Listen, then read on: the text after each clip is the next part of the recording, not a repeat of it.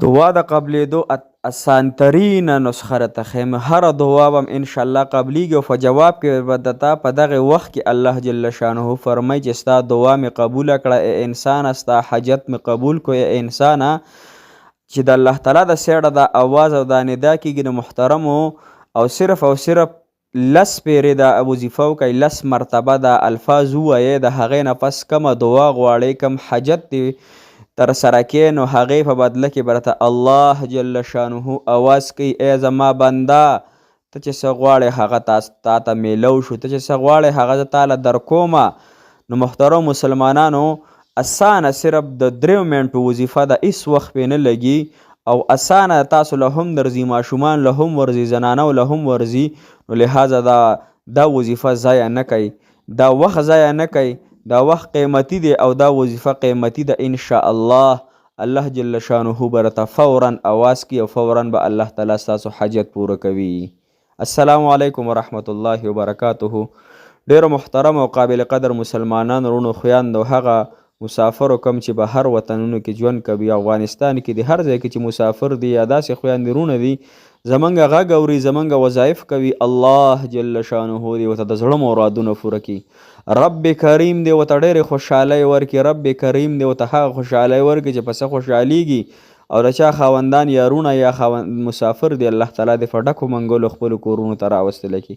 محترمو، نن چې زمونږ کومه وظیفه ده که نه انتهایی اسانه ده، 10 پیرې صرف ویل دي، 10 پیرې چې 10 پیرې تاسو دا وظیفه وکئ که نه محترمو، نو الله جل شانه نه بیا د خپل ضرورت سوال وکئ، خپل حاجت طلب کوي د الله تعالی نه.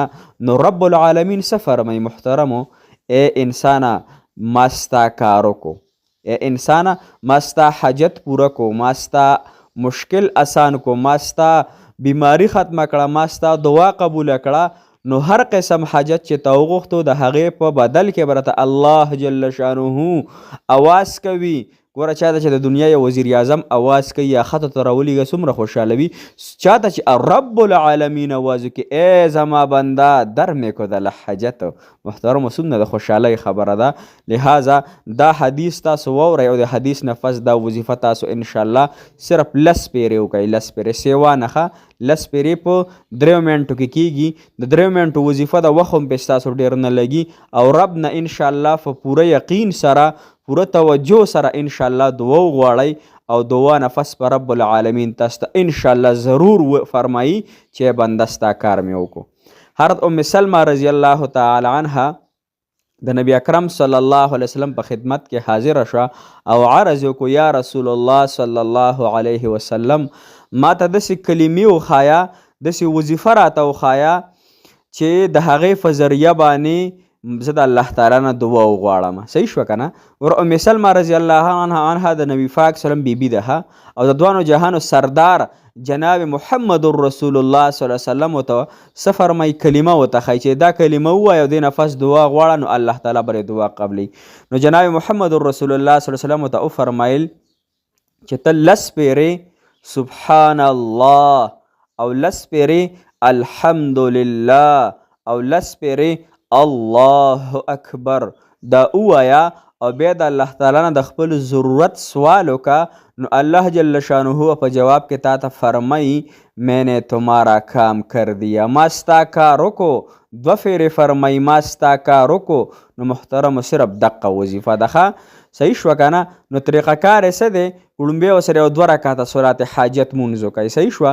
صلات حاجت مونځ دې وکړو، د هغې نه پس په دغه خپل ځای باندې کښېنه لږ درود شریف ووایه، ځکه درود شریف سره الله جل شانه دعا قبلوي، ځکه درود الله تعالی قبول کړي مخکې نه او په دې باندې انسان باندې رحمتونه نازلیږي.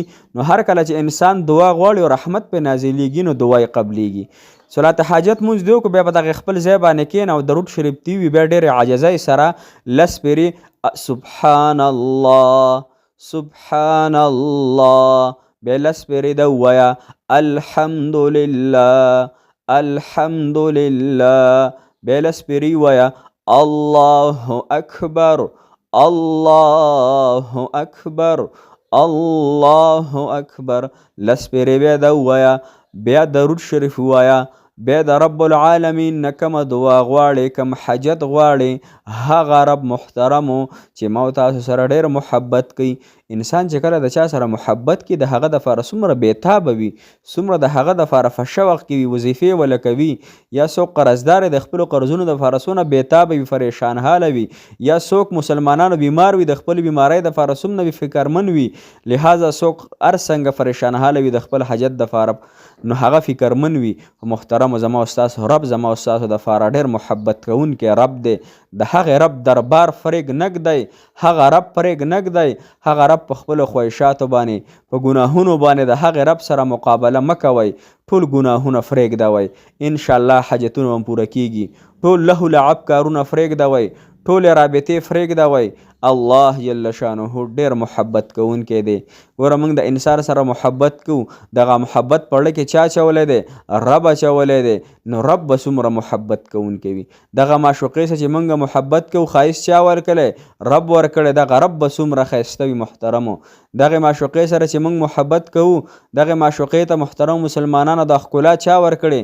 دا رب العالمین ورکړی. هغه رب سره چې محبت وکړو دا تمام څیزونه به زموږ خپله راځي. او که چېرې د خپلو خواهشاتو د خپلو ګناهونو په وجه باندې رب خفه کړو محترمو، دواړه جهانونه به الله تعالی مه کوه، زما او ستاسو به یې خراب شي. انشاءالله دغې طریقې سره دا وظیفه وکئ. موږ هم دعاګانې کوو چې رب کریم دې ستاسو تمام حاجتونه پوره کړي، رب کریم دې ستاسو تمام پریشانۍ ختمې کړي. او انشاءالله مدرسه شروع شوې ده، روزانه د سورت یاسین، سورت رحمان، سورت مزمل ما په ترتیب باندې کړي دي چې واړه سبقونه ووایي. نو بیا هغوی ته زه ووایم چې تاسو دا سورت یاسین ووایي یا سورت رحمان ووایي یا سورت مزمل ووایي، هغوی د ووایي او د هغې نه پس تاسو ته خصوصي دعاګانې کوو. او خصوصا هغې خلکو ته یې کوو څوک چې زمونږ وظیفې کوي، زمونږ ویډیوګانې په مینه او شوق سره ګوري، نو هغوی دپاره موږ ډېر په مینه او شوق سره دعاګانې کوو. او دا دعاګانې به الله تعالی ضرور قبلوي. زما 100% د الله تعالی نه امید دی انشاءالله کو په دې وړه دنیا کې قبول نه کړی شي، ځکه چې الله تعالی فرمایي کو د دې دنیا څه قدر او قیمت زما په نس باندې وی، نو ما به د نورو ته، نورو خلک چې کم دي هغوی ته ما ګوټ اوبه هم نه وي ورکړی. نو لهذا د دې دنیا حیثیت د یو ماشي د وزر برابر هم د الله تعالی په نس باندې نه. د دنیا دپاره خپل رب مه خفه کوئ، د دنیا د خواهشاتو دپاره خپل رب مه خفه کوئ. انشاءالله دواړه جهانونو کې به سرخوره یو، دواړه جهانونو کې به خوشحاله یو. که چېرې هم الله خفه کو نو بیا به ګوره دغه وظایف کوو، دغه پریشان های به دغه ګناهونه به دغه زمونږ او ستاسو په سر وي. انشاءالله تاسو دا ټول ګناهونه د الله تعالی د رضا دپاره پرېږدوئ او الله سره خپله جوړه توړه وکئ. الله تعالی به انشاءالله زموږ حاجتونه پوره کوي.